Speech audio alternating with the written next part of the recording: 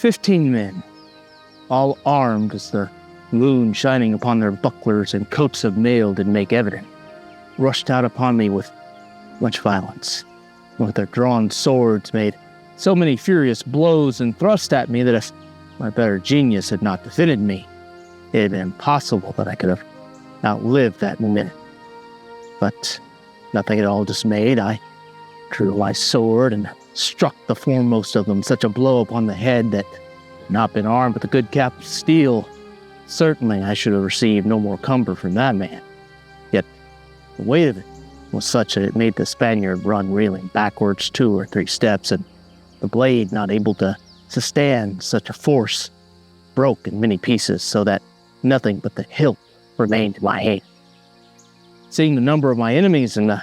disparity of the weapons might have given me just cause to seek the saving of my life, rather by the swiftness of my legs and by an obstinate defense. But I resolved rather to die in the midst of my enemies than to do anything that might be interpreted to proceed from fear,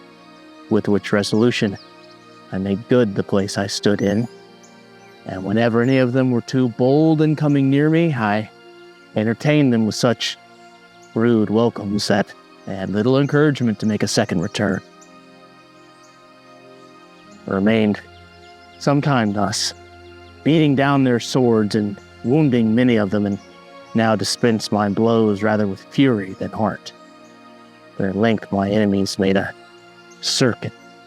aimed to assault behind, and thus beset on every side, I summoned all my spirits to serve at this great necessity, and choosing to cut my way through the thickest of them. But one of them pressed so eagerly and unwarily upon me that, as he lifted up his sword to make a blow, I avoided it with a gentle motion of my body, and gave him such a strong reverse upon the head that it divided it in 2 parts, and his brains flew into his neighbor's face, upon whom I turned, having thus rid myself of my fiercest enemy, and made myself master of his sword, and with his own did run him into the belly under his jack, so that he fell down, witnessing with a deep groan that his life was at her last minute. The next day the cause of this quarrel was known, which was that a nobleman of that country, having an interest in a gentlewoman that lived not far from the house, was jealous, and so that this night he had laid in ambush, as you have heard, to take my life from him.